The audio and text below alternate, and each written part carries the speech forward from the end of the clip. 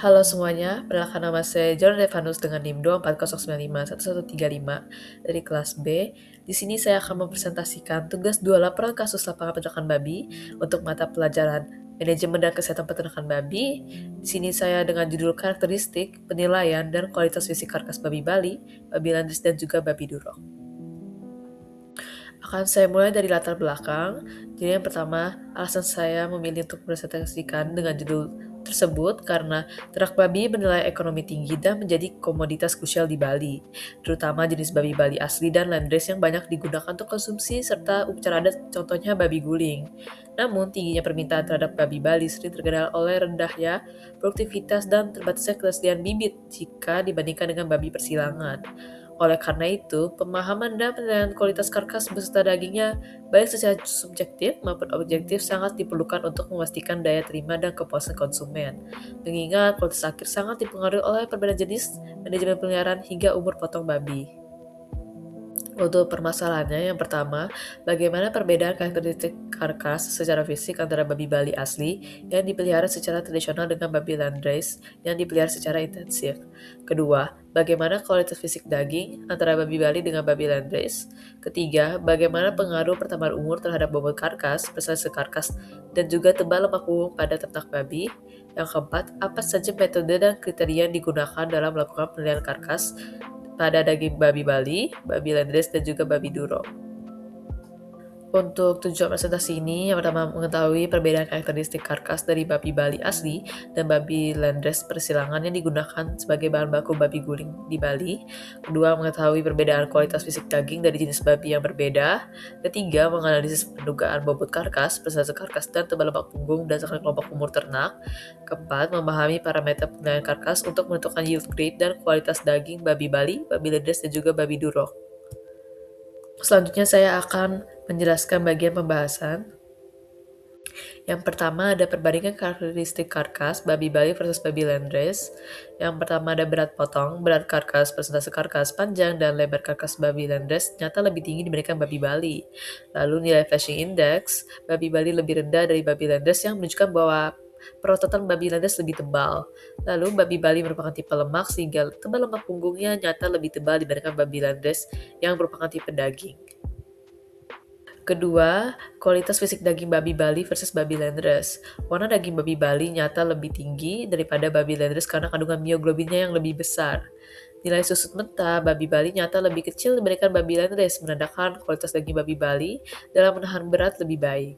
Perbedaan jenis babi tidak memberikan pengaruh nyata terhadap prestasi susut masak dan daya ikat air. Ketiga, pengaruh umur terhadap karkas. Nah, berdasarkan studi pada babi durok jantan, umur ternak memiliki hubungan yang sangat erat dengan peningkatan bobot karkas, persentase karkas, dan juga tebal lemak punggung.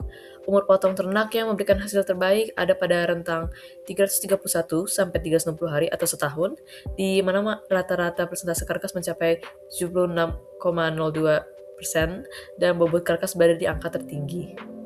Keempat, metode penilaian karkas. Nah, penilaian karkas dilakukan secara subjektif untuk melihat kondisi perdagingan, penerimaan lemak, dan kualitas palatabilitas daging. Yield grade digunakan untuk mengukur perkiraan jumlah daging dari potongan primer yang sangat dipengaruhi oleh bobot karkas, ketebalan lemak, serta luas daging mata rusuk. Lalu kualitas daging sangat dipengaruhi oleh keberadaan lemak intramuskuler atau biasa disebut sebagai marbling dalam dunia kuliner. Kelima, dinamika genetik dan manajemen pemeliharaan. Perbedaan profil karkas antara babi Bali dan landrace dipengaruhi oleh faktor genetik serta sistem manajemen pemeliharaan. Babi Bali yang dipelihara secara tradisional atau ekstensif memiliki pertumbuhan lebih lambat karena pemberian pakan seadanya yang kurang optimal untuk pembentukan otot. Sebaliknya, babi landrace yang dipelihara secara intensif dengan pakan konsentrat berprotein tinggi dapat memanfaatkan energi secara efisien, sehingga pertumbuhan otot lebih optimal dan akumulasi lemak lebih terkontrol. Keenam, analisis flashing index dan konformasi. Flashing index adalah indikator objektif kualitas karkas yang mengukur rasio berat terhadap panjang karkas untuk menunjukkan kepadatan daging. Nah, nilai FI babi Bali yang lebih rendah dibandingkan babi landas menunjukkan volume perototan yang kurang padat. Nah, perbedaan ini menegaskan bahwa babi impor seperti landas dan durok telah diseleksi sebagai tipe daging, sedangkan babi Bali secara genetik tergolong tipe lemak. Ketujuh, signifikasi warna daging dan retensi air atau drip loss. Warna daging lebih merah dan cerah karena tingginya kandungan mioglobin pada otot longissimus dorsi. Retensi air lebih stabil berkat tingginya water holding capacity pasca rigor mortis, sehingga nutrisi daging terjaga saat disimpan dan hasil olahan seperti babi guling tetap juicy. 8. Pengaruh umur terhadap optimasi karkas. Pertumbuhan otot lebih pesat daripada tulang seiring bertambahnya umur, sehingga bobot hidup dan presentase karkas babi durok terus meningkat secara signifikan. Umur potong optimum babi durok adalah 331 sampai 360 hari, yang merupakan titik jenuh pertumbuhan untuk mencapai kualitas karkas maksimal tanpa memicu penumpukan lemak yang berlebih. 10. Standarisasi penilaian objektif dan subjektif. Penilaian karkas yang akurat memerlukan penggabungan antara metode subjektif, marbling dan warna lemak, dengan metode ukur objektif, penggunaan planimeter untuk luas mata rusuk dan Warner Brazil Shear untuk keempukan, lalu integrasi data objektif dan penggunaan standar ukur baku, contohnya skala Auschmidt, sangat penting untuk memetakan kualitas daging secara presisi, sehingga produsen dapat menentukan nilai jual yang tepat di pasar premium. Baik, setelah beberapa subbab penjelasan atau pembahasan yang saya berikan, saatnya saya membacakan kesimpulan dan saran dari presentasi ini.